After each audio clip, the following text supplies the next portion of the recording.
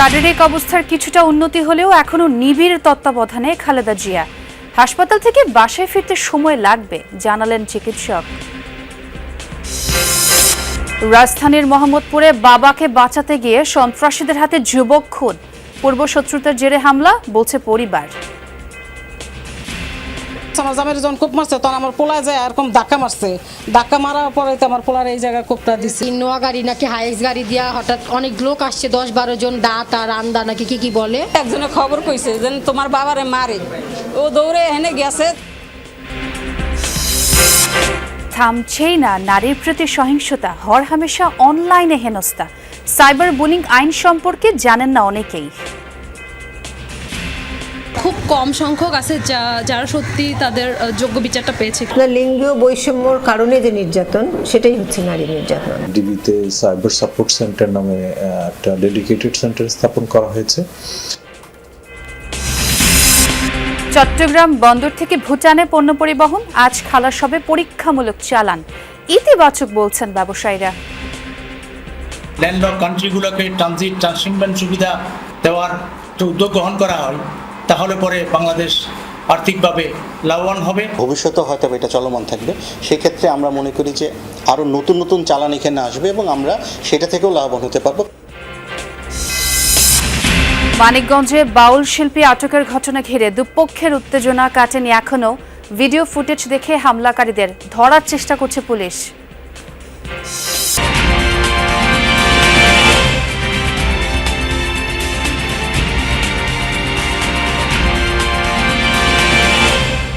শুভ সকাল, আমন্ত্রণ যমুনা নিউজে। সঙ্গে আছে আমি ছোয়া খন্দকার, আর এতক্ষণ শিরোনাম দেখছিলেন। কেবিনে মেডিকেল বোর্ডের নিবিড় তত্ত্বাবধানে বিএনপি চেয়ারপারসন বেগম খালেদা জিয়ার চিকিৎসা চলছে জানিয়েছেন তার ব্যক্তিগত চিকিৎসক ও দলটির স্থায়ী কমিটির সদস্য অধ্যাপক ডাক্তার AJM জাহিদ হোসেন।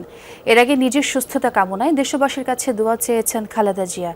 নিবিড় পর্যবেক্ষণে থাকা খালেদা জিয়ার শারীরিক পরিস্থিতি আগের চেয়ে কিছুটা উন্নতি হয়েছে, তবে বাসায় ফিরতে সময় লাগবে বলে জানান ডাক্তার শাহাবুদ্দিন তালুকদার।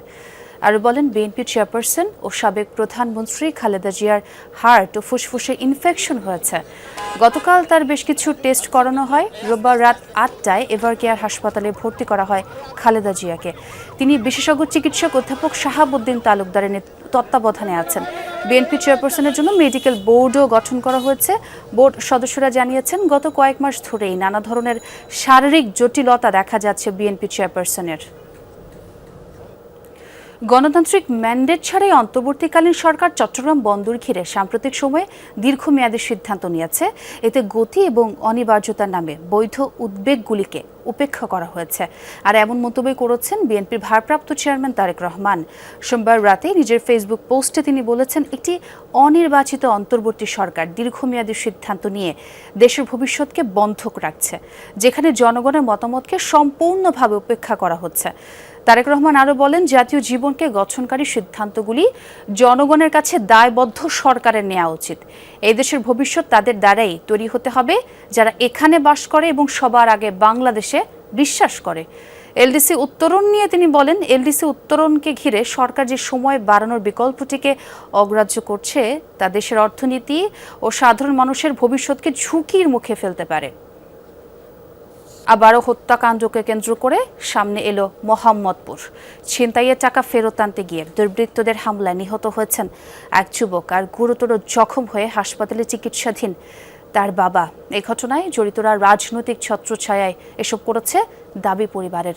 অভিযোগ আছে, আদাবর থানা যুবদল নেতা মোহাম্মদ সুজন ওরফে নাদা সুজনের লোকজন এই হত্যাকাণ্ড ঘটিয়েছে। সোমবার সন্ধ্যায় রাজধানীর মোহাম্মদপুরের ঢাকা উদ্যান এলাকা, উদ্যানের ডি ব্লকের 3 নম্বর সড়কের বাসার সামনে বিল্লাল হোসেন বাবু নামের এক যুবককে কুপিয়ে মারাত্মক জখম করে পালাতে দেখা যায় কয়েকজনকে। পরে শহীদ সোহরাওয়ার্দী মেডিকেল কলেজ হাসপাতালে নেওয়া হলে রাত 9টার দিকে চিকিৎসক তাকে মৃত ঘোষণা করেন। এর আগে বাবুর বাবা আবুল কাশেমকেও কোপায় দুর্বৃত্তরা। পরিবারের দাবি, বাবাকে বাঁচাতে গিয়েছিলেন বাবু। দুর্বৃত্তদের বাধা দিতে গেলে বাবা ছেলে দুজনকেই কুপিয়ে ফেলে রেখে যায় তারা।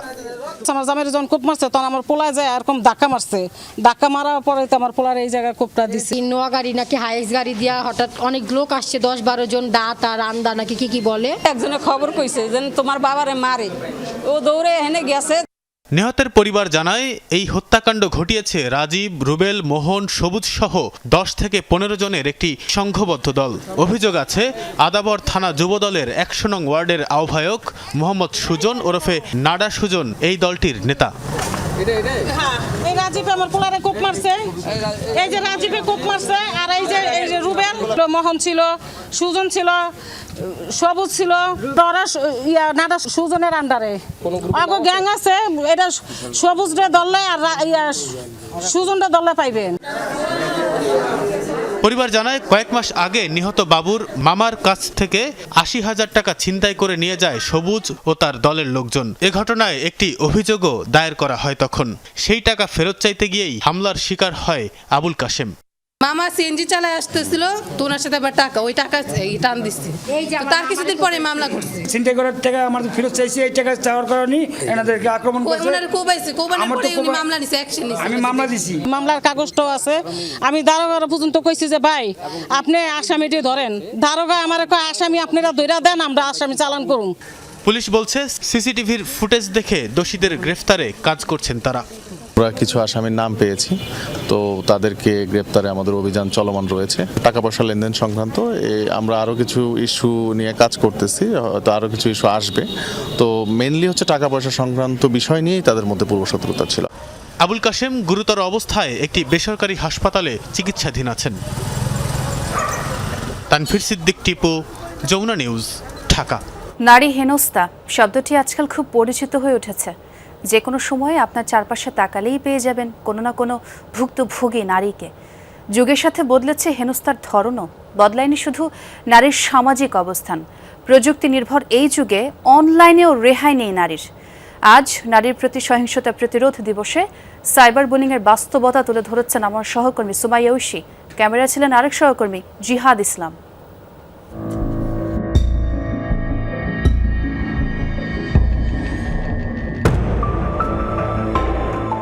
অনেক ভিড়ের মাঝেও নারী যেন একা। যেখানেই হোক তার অবস্থান, অফলাইন কিংবা অনলাইন, কিছু মানুষের শিকার হতে হয় তাকে। তীক্ষ্ণ আক্রমণ আর বাক্যের বাণ ছুড়ে ঘায়েল করার চেষ্টা চলে প্রতিনিয়ত। ফলে থমকে যায় অনেক নারীর পথ চলা। নারী হেনস্থার ধরন এখন বদলেছে। সম্মুখ হয়রানির তুলনায় মুখ লুকিয়ে অনলাইনেই বেড়েছে কটূক্তির প্রতিযোগিতা। পোশাক বা চেহারা নয়, শুধুমাত্র মতের অমিল হলেই অনলাইনে মিলছে ধর্ষণের মতো হুমকিও। ডাকসু নির্বাচনের সময় তেমনই এক অভিজ্ঞতার মধ্য দিয়ে গেছেন ফাহমিদা। আমি এখনো ওটা থেকে বের হতে পারিনি। আমি হয়তো ভুলে গিয়েছি কোন মানুষগুলো আমাকে অ্যাটাক করেছিল। আমার হয়তো তাদেরকে মনে নেই, কিন্তু আমার ওই এসেন্সটা আমার মধ্যে সবসময় আছে। ফাহমিদার মতো প্রতিনিয়ত অসংখ্য নারী অনলাইনে হেনস্থার শিকার হচ্ছেন। তাদের বেশিরভাগই জানেন না কিভাবে মিলবে নিস্তার। এ নিয়ে আইনি লড়াইয়ের রাস্তাও বেশিরভাগ নারীর অজানা। বাংলাদেশে আসলে কোনো ক্ষেত্রেই আইনগত সহায়তা আমরা সময় মতো পাই না। খুব কম সংখ্যক আছে যারা সত্যি তাদের যোগ্য বিচারটা পেয়েছে। আমরা চাপে না থাকি, সোজা কথা, হোক এটা আমার পর্দার ভিতরে, হোক আমার পর্দার বাইরে। নারী হেনস্থার অন্যান্য ক্ষেত্রে নানান পরিসংখ্যান থাকলেও সাইবার হয়রানি নিয়ে সুনির্দিষ্ট কোনো তথ্য নেই সংশ্লিষ্ট দপ্তর বা অন্য কারো কাছে। অনেক নারী সরাসরি অভিযোগও জানান না। ফলে সাইবার হয়রানির ঘটনাগুলো দিন দিন মহামারীর রূপ ধারণ করছে। লিঙ্গীয় বৈষম্যর কারণে যে নির্যাতন, সেটাই হচ্ছে নারী নির্যাতন। নতুন প্রযুক্তি আসার সাথে সাথে সাইবার বুলিং, সাইবারের নানা ধরনের মিস ইনফরমেশন দেওয়া, এই সমস্ত মিলিয়ে এটা একটা নতুন ধরনের বিষয় শুরু হয়েছে। পুলিশের দাবি, সাইবার হয়রানির বিরুদ্ধে কাজ করছে প্রশাসন। সাইবার সাপোর্ট সেন্টারে এখন থেকে 24 ঘন্টায় অভিযোগ জানাতে পারবেন ভুক্তভোগীরা। তবে বিশেষজ্ঞরা বলছেন, এ নিয়ে আইন থাকলেও সেই আইন সবার কাছে পৌঁছানো যায়নি। সাইবার পলিসি গভর্নমেন্ট করেছে, সাইবার সিকিউরিটি ডেস্ক আছে, কিন্তু থাকলে পরেও এই সমস্ত জায়গাতে পৌঁছানো, এখানে যাওয়ার কোনো সুযোগ কিন্তু মহিলারা এখনো পর্যন্ত পাচ্ছে না। ডিবিতে সাইবার সাপোর্ট সেন্টার নামে একটা ডেডিকেটেড সেন্টার স্থাপন করা হয়েছে। এখানে যে কোনো ভুক্তভোগী যে কোনো সময় এসে তারা যে কোনো অভিযোগ প্রদান করতে পারেন। যুগ পাল্টেছে, অভ্যেস পাল্টেছে, বদল হয়নি কেবল নারীর প্রতি দৃষ্টিভঙ্গি। নারীর প্রতি যে কোনো প্রকার অসম্মানসূচক আচরণ দণ্ডনীয় অপরাধ।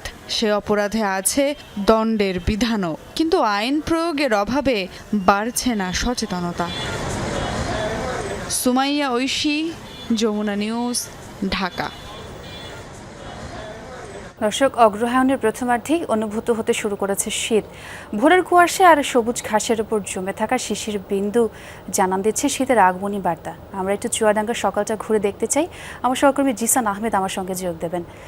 জিসান, যতটুকু খবর মিলেছে চুয়াডাঙ্গায় শীতের তীব্রতা বেড়েছে, আপনিও কি সেটি অনুভব করছেন কিনা, এবং যারা শ্রমজীবী মানুষ আছে তারা এবারে শীত নিয়ে কি বলছেন জানাবেন আমাদের। একদম, শীত বেশ অনুভূত হচ্ছে। বেশ আগেভাগেই চুয়াডাঙ্গায় শীত জেঁকে বসতে শুরু করেছে এবং গত কয়েকদিনের তাপমাত্রা আমরা যেটা দেখছিলাম যে আবহাওয়া অফিস রেকর্ড করেছে, তাপমাত্রা ছিল 15 থেকে 16 ডিগ্রির ঘরে। সেখানে আজ তাপমাত্রা কিছুটা হ্রাস পেয়েছে।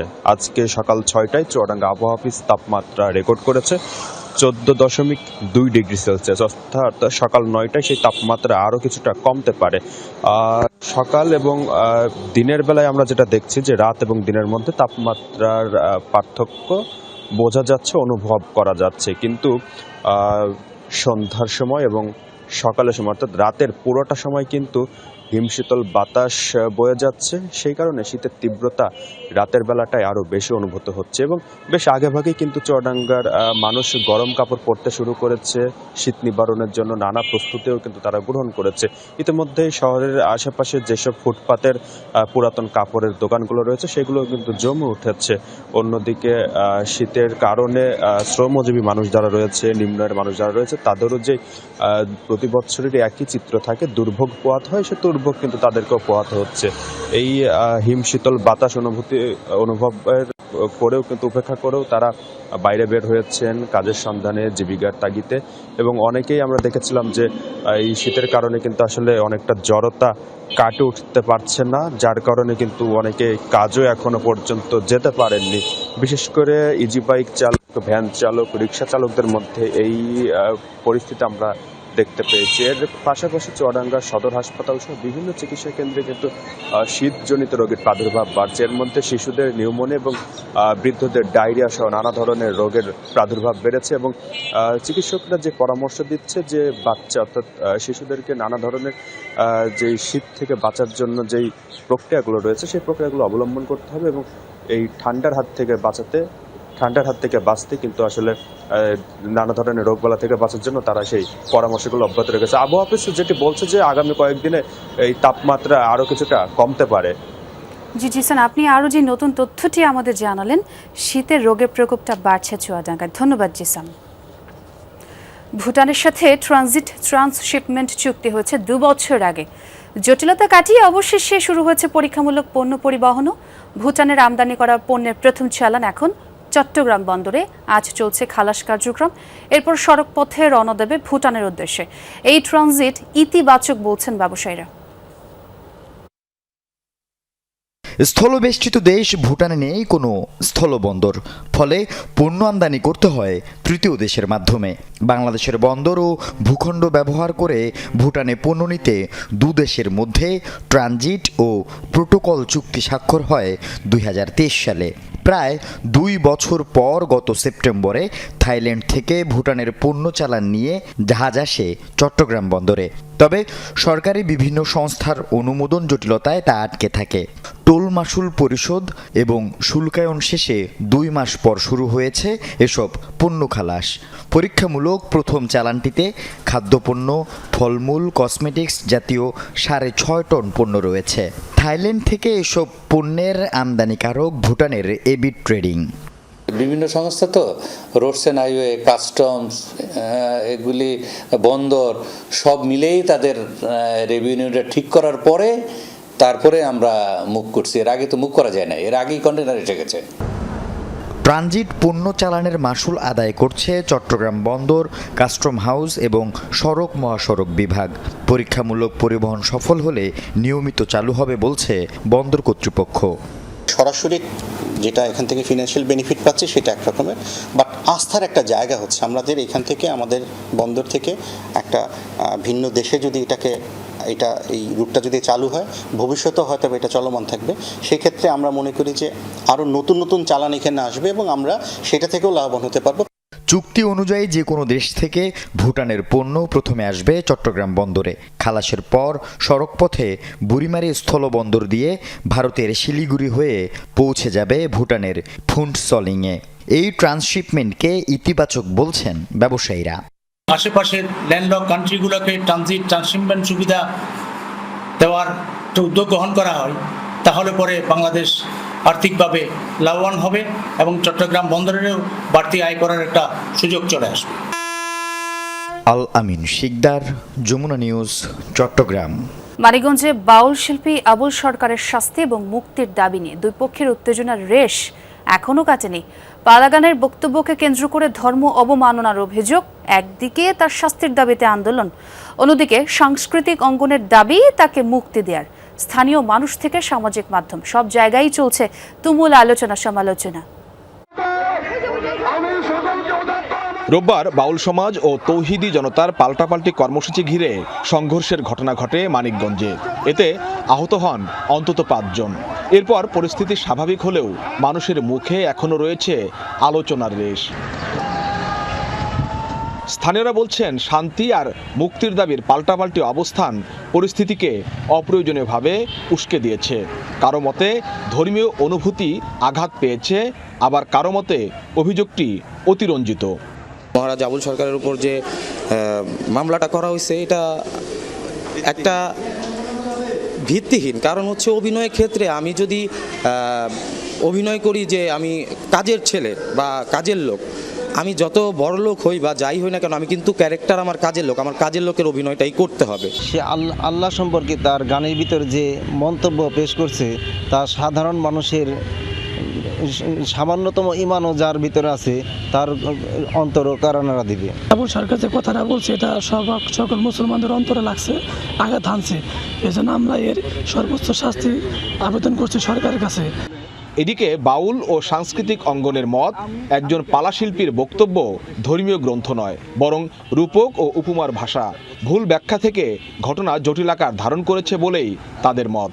তৌহিদি জনতার নামে যারা আসলে বিভিন্ন জায়গায় মব সৃষ্টি করছে, এদের আসলে চিহ্নিত করা উচিত যে এদের উদ্দেশ্য কি, এরা কি চায়, এরা কোন দিকে বাংলাদেশকে নিয়ে যেতে চাচ্ছে। 7-8 ঘন্টা যখন কথা বলা লাগে, গান করা লাগে, এখানে একটা কথার পৃষ্ঠে আরেকটা কথার জবাব দিতে গেলে যেই প্রসঙ্গগুলি চলে আসে সেগুলি বলা লাগে। তারপরে কখনো কখনো একটু অতিরঞ্জিত হয়ে যায়। তৌহিদি জনতা ও আলেম ওলামাদের দাবি, শিল্পী হোক বা সাধারণ মানুষ, ইসলাম অবমাননার জবাব আইনের মাধ্যমেই হওয়া উচিত। অতি উৎসাহীদের কারণে ঘটে যাওয়া অনাকাঙ্ক্ষিত ঘটনার জন্যও দুঃখ প্রকাশ করেন এই হেফাজত নেতা। মাঠের কোনায় কিছু লোক দাঁড়িয়েছিল, তারা বাউল নাকি আমরা চিনি না, কেউই চিনে না, কিন্তু ওই দেখতে চুল বড় বড় বা বাউলের মতো দেখা যায়, ওই ধারণা করে হয়তো কি আবেগের বশবর্তী হয়ে অতি উৎসাহিত হয়ে কেউ বা এই ধরনের ঘটনা ঘটায় থাকতে পারে। সেগুলোর জন্য আমরা সঠিক তদন্ত সাপেক্ষে এর বিচারের দাবি করি। পুলিশ বলছে, ভিডিও ফুটেজ দেখে হামলাকারীদের শনাক্তের কাজ চলছে। শিল্পী আবুল সরকারের বিষয়ে সিদ্ধান্ত নেওয়ার এখতিয়ার এখন আদালতের। কোর্টে শপথ করছে, সে সমটুভাবে 164 করছে, স্বীকারোক্তি জবানবন্দি দিছে। কোর্ট উইল ডিসাইড, কোর্ট তার কি সাজা হবে না হবে, বিচারের রায় শেষে কি হবে না হবে, দিন শেষে কোর্ট এটা বলবে। ধর্মীয় অনুভূতি ও শিল্পীর স্বাধীনতার মধ্যকার টানাপোড়েন কতদূর গড়ায় তা পুরোপুরি নির্ভর করছে তদন্ত ও আদালতের পরবর্তী সিদ্ধান্তের ওপর। BM Khorshed, Jamuna news, Manikganj. সুন্দরবন যতটাই সৌন্দর্যের প্রতীক ততটাই ভয়ঙ্কর জেলে, বাওয়াল, মৌয়াল ও বনজীবীদের কাছে। অথচ সেই সৌন্দর্য আর ভীতিকে সঙ্গী করেই উপকূলীয় এলাকায় রচিত হয়েছে গান, কবিতা, পুঁথি, পালা, লোকসাহিত্য। কোনোটি সত্য কাহিনী অবলম্বনে, আবার কোনোটির চরিত্র কাল্পনিক। একসময় খুলনা ও সুন্দরবন অঞ্চল ছিল লোকগানের এক সমৃদ্ধ ভুবন, কিন্তু জীবিকার পরিবর্তন আর আধুনিকতার চাপে আজ হারিয়ে যেতে বসেছে সেই লোকসংস্কৃতি। খবর ওরে মাঝি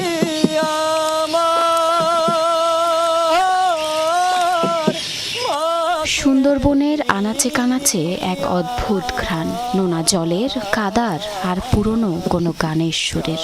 এই বনে নদীর ঢেউয়ের সঙ্গে একসময় ভেসে বেড়াতো ভাটিয়ালি বাউল আর জলের গান। সুরে মুখরিত হতো সন্ধ্যার আকাশ, বনপথে ফিরে যেত গানের প্রতিধ্বনি। প্রাণ পড়ে মোর নায়রের লাগি। সুন্দরবনের পরতে পরতে এখনো মিশে আছে হারিয়ে যাওয়া সেসব গানের মৃদু হাহাকার।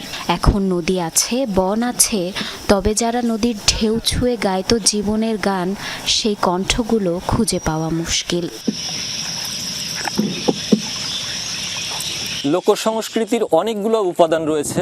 যদি বলি যেখানে অষ্টক গানের প্রচলন রয়েছে, শিবের গাজন রয়েছে, এরপরে পাওয়া যায় গাজি কালুর ব্যাপক প্রভাব রয়েছে। সারি গানটা কিন্তু এই অঞ্চলে যখন জঙ্গল থেকে কাঠ বের করার সময় সারি গেয়ে গেয়ে মানুষ এইগুলা বিভিন্ন রকম ভাবে এটা কাঠগুলাকে রেস্কিউ করতো।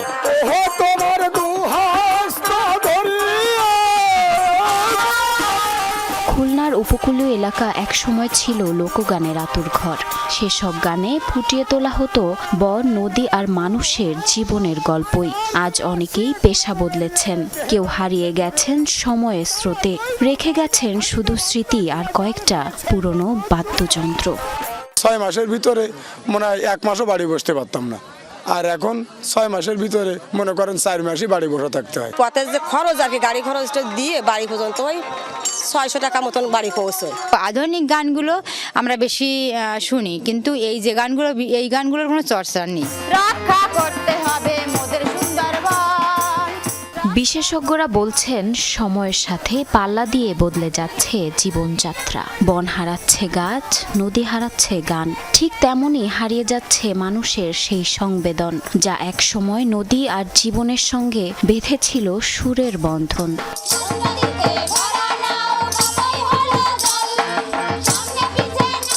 তথ্য প্রযুক্তির উন্নয়নের কারণে মানুষের আচার আচরণ পাল্টাচ্ছে, রুচির অভ্যাস এগুলো পাল্টাচ্ছে, ফলে আস্তে আস্তে কিন্তু এই যে প্যাটার্নগুলো যেগুলো আমরা লোকসংস্কৃতির আমাদের একসময় অমূল্য সম্পদ ছিল সেগুলো কিন্তু হারাতে বসেছে বলা চলে। মানে বিশেষ করে এখন যদি সুন্দরবন কেন্দ্রিক বা বনভূমি কেন্দ্রিক কোথাও যাত্রাপালা হয়, লোকে মনে করে যে যাত্রা তো একটা অশ্লীল ব্যাপার। আজও সুন্দরবনের বাতাসে ভেসে আসে কিছু সুর, যা কানে কানে বলে যায় এই প্রান্তরে গান মরে যায়নি, শুধু হারিয়েছে শ্রোতাদের। কিন্তু নদী এখনো গাইছে নিঃশব্দে, গভীর এক সুরে। জারিন অর্নি, যমুনা নিউজ।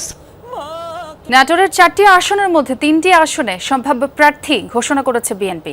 এর মধ্যে নাটোর 3 আসনে এখনো কারো নাম ঘোষণা না করায় প্রার্থী ও সমর্থকদের উদ্বেগ উৎকণ্ঠার শেষ নেই। প্রার্থীরা দলের নীতি নির্ধারকদের দৃষ্টি আকর্ষণে মিছিল, সমাবেশ, 31 দফা নিয়ে জনগণের কাছাকাছি যাওয়া সহ পালন করছেন নানা কর্মসূচি। সাধারণ ভোটারদের প্রত্যাশা, গুরুত্বপূর্ণ এই আসনটিতে দল যোগ্য ব্যক্তিকেই মনোনয়ন দেবে, যাতে দলীয় প্রার্থীর বিজয় সুনিশ্চিত হয়। গেল 3 নভেম্বর সারা দেশে 237 আসনের মধ্যে নাটোরের 3টি আসনে প্রার্থী ঘোষণা করে বিএনপি। তবে সিংড়ায় নাটোর 3 আসনে এখনও প্রার্থী চূড়ান্ত করেনি দলটি। আসনটিতে দলীয় মনোনয়ন প্রত্যাশী 5 জন। এরা হলেন 2008-এর আগে টানা 3 বারের এমপি ও দলের নির্বাহী কমিটির সদস্য কাজী গোলাম মোর্শেদ, উপজেলা বিএনপির সাবেক আহ্বায়ক আনোয়ারুল ইসলাম আনু, জেলা বিএনপির যুগ্ম আহ্বায়ক দাউদার মাহমুদ, মুক্তিযোদ্ধা প্রজন্ম দলের কেন্দ্রীয় সাধারণ সম্পাদক ব্যারিস্টার ইউসুফ আলী ও ঢাকা বিশ্ববিদ্যালয়ের জিয়া ছাত্র পরিষদের সাবেক আহ্বায়ক এনায়েত করিম রাঙা। দলের নীতি নির্ধারণী পর্যায়ে নিজেদের অবস্থান জানান দিতে সমর্থকদের নিয়ে প্রায় প্রতিদিনই মিছিল, মিটিং, সভা সমাবেশে নিজেদের ব্যস্ত রাখছেন মনোনয়ন প্রত্যাশীরা। সন্ত্রাস, দুর্নীতিমুক্ত একটা নতুন বাংলাদেশ গড়ার যে স্বপ্ন দেখছি আমরা, সেই বাংলাদেশ গড়ার আমি একজন সাধারণ কর্মী হয়ে আপনার আমার নেতার পাশে দাঁড়াতে চাই। বিগত 5 বছর ফ্যাসিস্ট বিরোধী আন্দোলনে নিজেকে সকল কাজে সক্রিয় রেখেছি। আমি বিশ্বাস করি যে আমার প্রিয় নেতা, দেশনেতা তারেক রহমান সাহেব আমাকেই মনোনয়ন দিয়ে বিএনপির ভারপ্রাপ্ত চেয়ারম্যান তারেক রহমান ঘোষিত 31 দফা নিয়ে সাধারণ ভোটারদের কাছে যাচ্ছেন কেউ কেউ। এই আসনের কাণ্ডারি হিসাবে নিজেদের যোগ্যতা তুলে ধরছেন তারা। দল যদি আমাকে মনে করে যে আমাকে দিবে, আমি মনন নিয়ে কাজ করব সবাইকে নিয়ে, আর অন্য কাউকে দিলেও ধানের শীষের কাণ্ডারি হিসাবে আমি তাদের জন্য কাজ করব। 2008 সাল ছাড়া কোনো সময় কিন্তু এই আসন হাতছাড়া হয়নি বিএনপির। সুতরাং এই আসনটাকে পুনরুদ্ধার করার জন্য বিএনপি অবশ্যই একজন যোগ্যতম ক্যান্ডিডেটকে বেছে নেবে। 31 দফার আলোকে আমি একজন বিএনপির কর্মী হিসেবে মাঠে আসি এবং দল যাকে নমিনেশন দিবে তার পক্ষেই আমরা ইনশাআল্লাহ ভোট করব। 3,08,794 জন ভোটারের আসনটি বিএনপির শক্ত ঘাঁটি বলেই পরিচিত। তাই দেখে শুনে যোগ্য প্রার্থীকেই দলীয় মনোনয়ন দেওয়া হবে প্রত্যাশা ভোটারদের। শিক্ষিত, নিষ্ঠাবান, সৎ এবং দুর্নীতিমুক্ত, তার মানে এক কথায় ক্লিন ইমেজে প্রার্থী তিনি সিলেক্ট করবেন। গ্রুপিংয়ের কারণে সিংড়াতে প্রার্থী সিলেক্ট করতে একটু কষ্ট হচ্ছে এবং আমরা সাধারণ জনগণ খুবই বিভ্রান্তের মধ্যে আছে। এই জন্যে একটা সুন্দর প্রার্থী চাই যে এই 17 বছর আন্দোলন করেছে, সংগ্রাম করেছে, মিছিল করেছে। শক্ত অবস্থান থাকলেও সিংড়া বিএনপি কয়েক ভাগে বিভক্ত। তাই তৃণমূলের নেতাকর্মীরা চান দল ঐক্যবদ্ধ রেখে ধানের শীষের জয় নিশ্চিত করতে পারবে এমন কেউ মনোনয়ন পাক। বিএনপি ছাড়াও নাটোর 3 আসন থেকে জামায়াত, এনসিপি ও ইসলামী আন্দোলন প্রার্থীরা নির্বাচনে অংশ নেবেন। নাজমুল হাসান, যমুনা নিউজ, নাটোর। আগাম শীতকালীন সবজিতে সয়লাভ সাতক্ষীরার বাজার, দাম নাগালের মধ্যে থাকায় স্বস্তিতেই সাধারণ মানুষ। এদিকে ফলন ভালো, বাজার দরও ভালো পাওয়ায় খুশি কৃষকরাও। কৃষি বিভাগ বলছে জুলাই দিন দিন সবজি আবাদ বাড়ছে। বর্ষা মৌসুমের ক্ষতি চাষিরা এবারে শীতে কাটিয়ে উঠবে এমনটাই আশা সংশ্লিষ্টদের। সদর উপজেলা বাঁশঘাটা এলাকা, 2.5 বিঘা জমিতে বেগুন, ফুলকপি, বাঁধাকপি আবাদ করেছেন কৃষক শাহজাহান সর্দার। বলছেন এবছর ফলন ভালো, রোগবালাই কম। ফলন ভালো, ফলন এবছর। দাম কেমন পাচ্ছেন? অন্য বছরের তুলনায় এবছর খুবই ভালো। প্রত্যেক চাষি কবে এবছর 2 পয়সা হয়েছে, এতে অন্যবারে এরকম হয় না। 1 বিঘা জমিতে 20 থেকে 22,000 টাকা খরচে 2 লাখ টাকার ফুলকপি বিক্রির আশা চাষিদের। বাজার দর ভালো পেয়ে হাসি ফুটেছে কৃষকের মুখে। ফুলকপির যে হিসাবে এখন আমরা দাম পাচ্ছি 55-50 টাকা, সে হারে আমরা 1 বিঘা জমিতে হয়তো 2 লাখেরও বেশি, 1 বিঘা জমিতে 2 লাখেরও বেশি টাকা পাচ্ছি। ধনিয়া আছে, মটরশুঁটি আছে, তারপর আবার ভেন্ডি লাগাবো, জমি চাষ করেছি। তো ফুলকপি 70 টাকা টিকিয়ে মনে করে 60 টাকা 58 টাকায় শেষ করেছি। কৃষকরা বলছেন শীতকালীন সবজিতে এবার লাভবান হবেন তারা। কৃষি বিভাগ বলছে জেলায় এবছর 6,168 হেক্টর জমিতে সবজি আবাদ হয়েছে, যা জেলার বাসিন্দাদের চাহিদা মিটিয়ে সরবরাহ হবে রাজধানী সহ দেশের বিভিন্ন বাজারে। শীত মৌসুমের শুরুতে সবজিতে সয়লাভ শহরের সুলতানপুর বড়বাজার। ক্রেতারা বলছেন বেশিরভাগ সবজির দাম নাগালের মধ্যে থাকায় স্বস্তি ফিরেছে কেনাকাটায়। সরবরাহ বৃদ্ধি পাওয়ায় দাম কমেছে বলছেন বিক্রেতারা। ফুলকপি আগের গতবারের আগে হাজির হারাম হলে কিনেছি বেশি দামে, এখন মোটামুটি ইউনিট সরকার আসার পরে অনেক দাম কমিয়ে স্বস্তি পাওয়া যাচ্ছে মোটামুটি। আগে ছাড়া একটু দোকান ছাড়া একটু দাম একটু কম আছে ক্রয় ক্ষমতার ভিতরে। আলু 25 টাকা কেজি আছে, পাতাকপি, ফুলকপি 40 টাকা 45 টাকা আছে। তাতে করে তুলনামূলক অনেক সাশ্রয় আছে মানুষের। আর দাম কমেছে, আগের থেকে মাল বেশি হয়েছে, আমদানি হয়েছে, দাম কমেছে। আগের থেকে অনেক বেড়ে গেছে, এখন মূল্য স্বাভাবিক মূল্য এসে গেছে এবং মাল অনেক সরবরাহ বেশি। ভালো ফলনের বদৌলতে বর্ষা মৌসুমের ক্ষতি কৃষকরা শীতে কাটিয়ে উঠবেন বলে আশা কৃষি কর্মকর্তার। শীতকালীন সবজিগুলো ছিল, এগুলো ইতিমধ্যে বাজারে আসা শুরু হয়েছে। ফুলকপি, বাঁধাকপি, ওলকপি বাজারে উঠতেছে। সবজির দাম আমরা দেখেছি বাজারে একটু বেশি, কিন্তু এই শীতকালীন সবজির দাম পুরোদমে বাজারে আসা শুরু হয়ে যাবে, তখন আমাদের ভোক্তারা আরো কম দামে এই সবজিগুলো খেতে পারবে। এবছর সাতক্ষীরায় 2,13,080 মেট্রিক টন সবজির উৎপাদনের লক্ষ্যমাত্রা নির্ধারণ করেছে কৃষি বিভাগ। আকরামুল ইসলাম, যমুনা নিউজ, সাতক্ষীরা। দর্শক, আমরা এতক্ষণ সাতক্ষীরার সবজি বাজারের খবর জানলাম। কৃষক এবং ক্রেতা উভয়ই খুশি। এবার আমরা একটু লালমনিরহাটের সবজি বাজারের খবরাখবর আপনাদের জানাবো। সহকর্মী আনিসুর রহমান যোগ দিয়েছেন। আনিস, বাজারের সবজির সরবরাহ কেমন এবং দাম নিয়ে কতটুকু সন্তুষ্ট ক্রেতা আর বিক্রেতারাই বা কি বলছেন?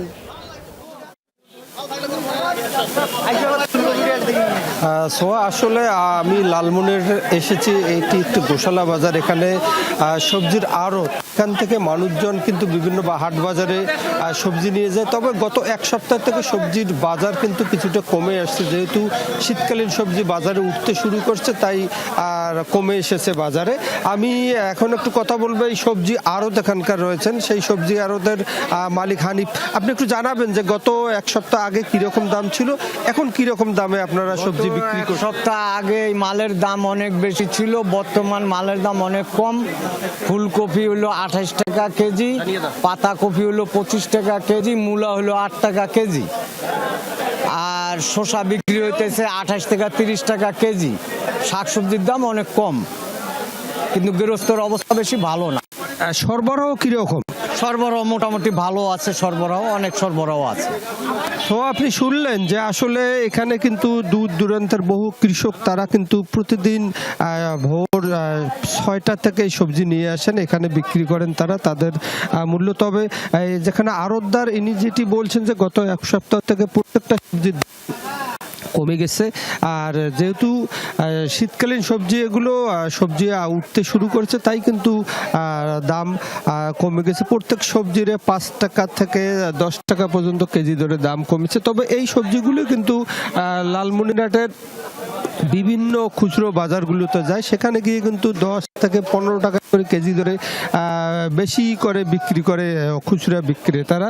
তবে এখানে যেহেতু পাইকারি বাজার, তাই এখানকার সবজির আড়তে কিন্তু প্রচুর সবজি উঠে। এখানে বিভিন্ন রকম সবজি আমরা দেখতে পেরেছি, ফুলকপি, বাঁধাকপি, মূলা, বেগুন, গাজর, কাঁচামরিচ, আলু, শসা, করলা, পেঁয়াজ, প্রত্যেকটা সবজি কিন্তু এখানে ওঠে। এছাড়াও শাকসবজি তো রয়েছে, পালং শাক, লাল শাক সহ বিভিন্ন রকম শাক রয়েছে। এখান থেকে যারা লালমনিরহাটের আশেপাশে যারা খুচরা বিক্রেতা বা খুচরা বাজারগুলোতে, সেখানে কিন্তু এইসব সবজি চলে যায়, আর যার কারণে কিন্তু এখানকার সবজি কিন্তু আর এখানে প্রচুর সবজিও ওঠে, বিভিন্ন রকম সবজি এখানে পাওয়া যায়। আর আমি এখন একটু কথা বলবো যে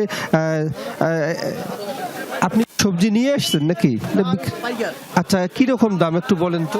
কি কপি? পাতাকপি 25 টাকা কেজি, ফুলকপি 30 টাকা কেজি, আর মূলা 8 টাকা 10 টাকা কেজি। তো আপনি শুনলেন যে আসলে প্রত্যেকটা কাঁচা বাজারেরই কিন্তু দাম গত এক সপ্তাহের তুলনায় অনেক কমে গেছে।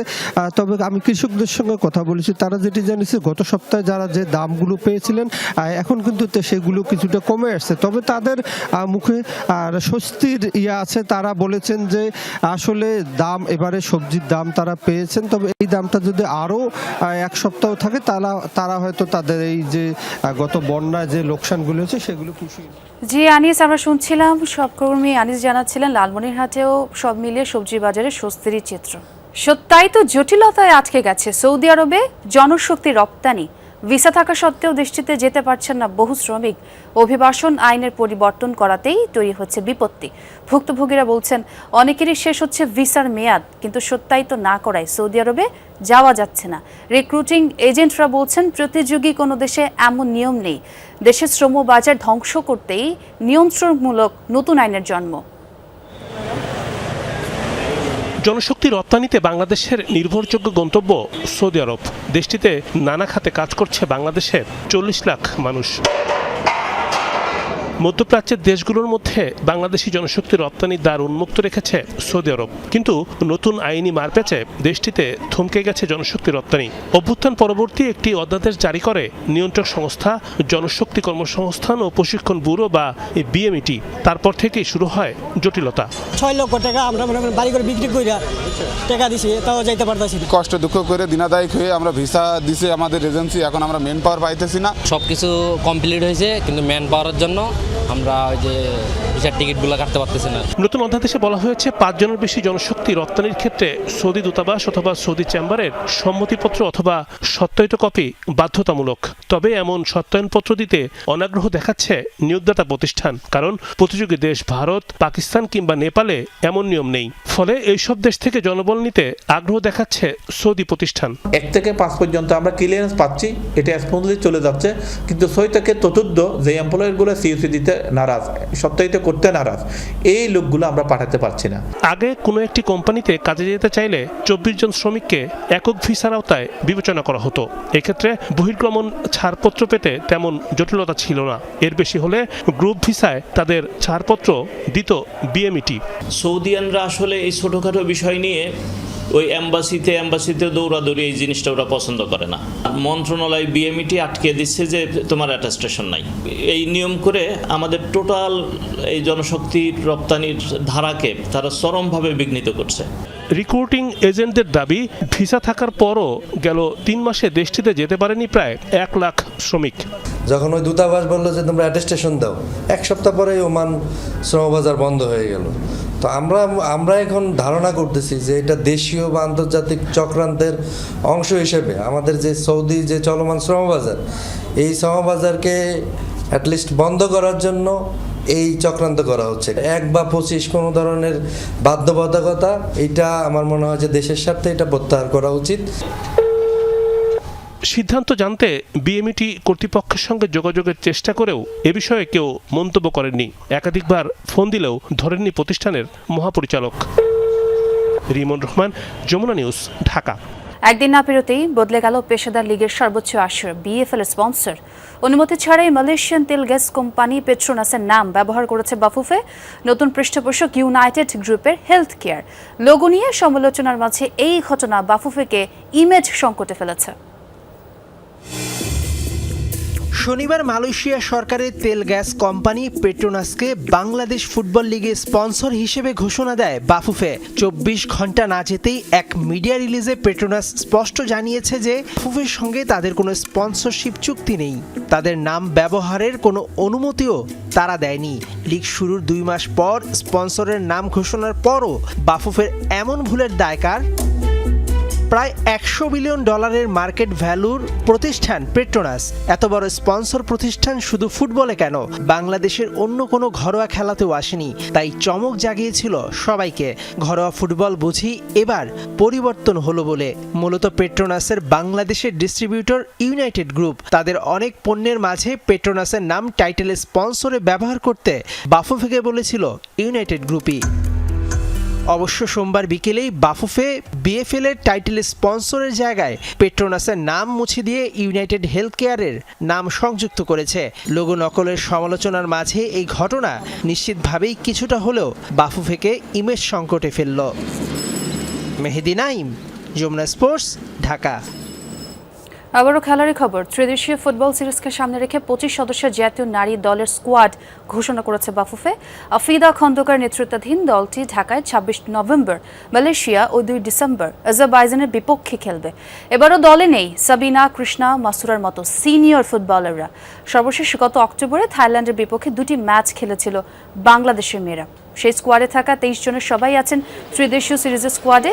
তাদের সঙ্গে যুক্ত হচ্ছেন মামুনি চাকমা ও তনিমা বিশ্বাস। মামুনিকে 23 জনের মূল স্কোয়াডে থাকলেও তনিমার জায়গা হচ্ছে স্ট্যান্ড বাই খেলোয়াড় হিসেবে। তার সঙ্গে রুমা আক্তারও আছেন স্ট্যান্ড বাই হিসেবে। আগামী বছর মার্চে অস্ট্রেলিয়ায় অনুষ্ঠিত হওয়া এএফসি নারী এশিয়ান কাপের প্রস্তুতির জন্য ম্যাচগুলো খেলছে পিটার বাটলার শিষ্যরা। 26 র্যাঙ্কিংয়ের দিক থেকে দুটো টিমই আমাদের থেকে এগিয়ে।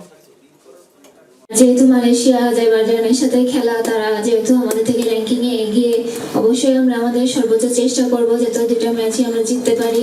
সবাই আমাদের জন্য দোয়া করবেন। আর দেশবাসীর কাছে বলবো, অনেকদিন পরে দেশের মাটিতে খেলা, সবাই মাঠে এসে আমাদেরকে সাপোর্ট করবেন।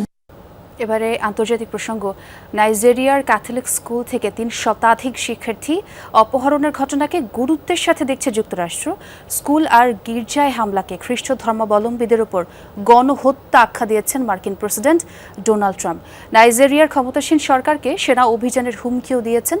যদিও গেল 1 দশকে হত্যা অপহরণের এমন বহু ঘটনা হয়েছে দেশটির বিভিন্ন রাজ্যে, যার শিকার হয়েছে মুসলিমরাও।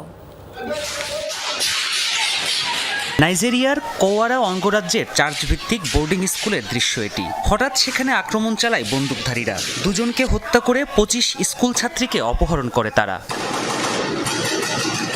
এর কিছুদিন পর নাইজার অঙ্গরাজ্যের সেন্ট মেরিজ ক্যাথলিক স্কুল থেকে 303 শিক্ষার্থী ও 12 শিক্ষককে অপহরণ করা হয়। সাম্প্রতিক এসব ঘটনায় আতঙ্ক ছড়ায় গোটা দেশ জুড়ে। 50টির বেশি শিক্ষা প্রতিষ্ঠান বন্ধ ঘোষণা করে নাইজেরিয়া সরকার। চার্চে হামলার ঘটনার নিন্দা জানায় হোয়াইট হাউস। দেশটিতে খ্রিস্টানরা গণহত্যার শিকার হচ্ছে দাবি করে সেনা অভিযানের হুঁশিয়ারি দেন মার্কিন প্রেসিডেন্ট ডোনাল্ড ট্রাম্প।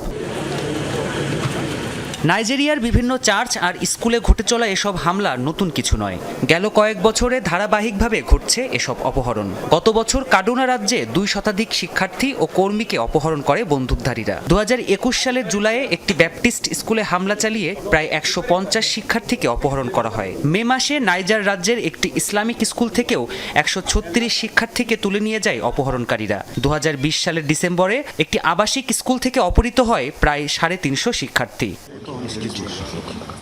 বিশ্লেষকরা বলছেন ধর্মীয় কারণে নয়, বরং শিশুদের অপহরণ করে তাদের পরিবার আর সরকারের কাছ থেকে মুক্তিপণ আদায় করতেই এসব হামলা চালাচ্ছে সন্ত্রাসীরা। সবচেয়ে ঝুঁকিতে দেশটির উত্তরাঞ্চলের বেশ কিছু রাজ্য। সেখানে প্রায়ই গবাদি পশু আর স্থানীয়দের ধরে নিয়ে মুক্তিপণ চাইছে সন্ত্রাসীরা। দাবি পূরণ না হলে হত্যা করছে নিরীহ মানুষ। এই সন্ত্রাসী গোষ্ঠীগুলো সাধারণত শিশুদের সপ্তাহের পর সপ্তাহ, কখনো মাসের পর মাস আটকে রাখে। এরপর পরিবার কিংবা সরকারের কাছ থেকে মুক্তিপণ আদায় করে। অনেক ক্ষেত্রে মুক্তিপণ কয়েক লাখ ডলারের মতো বিপুল অঙ্কে পৌঁছে যায়। তারপরেই তাদের মুক্তি দেওয়া হয়। বিশ্লেষকরা বলছেন গেল 1 দশকে উল্লেখযোগ্য হারে বৃদ্ধি পেয়েছে এসব অপরাধ চক্রের কার্যক্রম। মুক্তিপণের টাকা পেয়ে আরও বেশি অস্ত্র কিনছে তারা। অপরদিকে রাজনৈতিক অস্থিরতার কারণে জনগণকে নিরাপত্তা দিতে ব্যর্থ হচ্ছে সরকার। প্রাণপ্রতিম কুণ্ডু, যমুনা নিউজ। দর্শক, এ ছিল যমুনা নিউজে। এতক্ষণ সাথে থাকার জন্য ধন্যবাদ আপনাদের।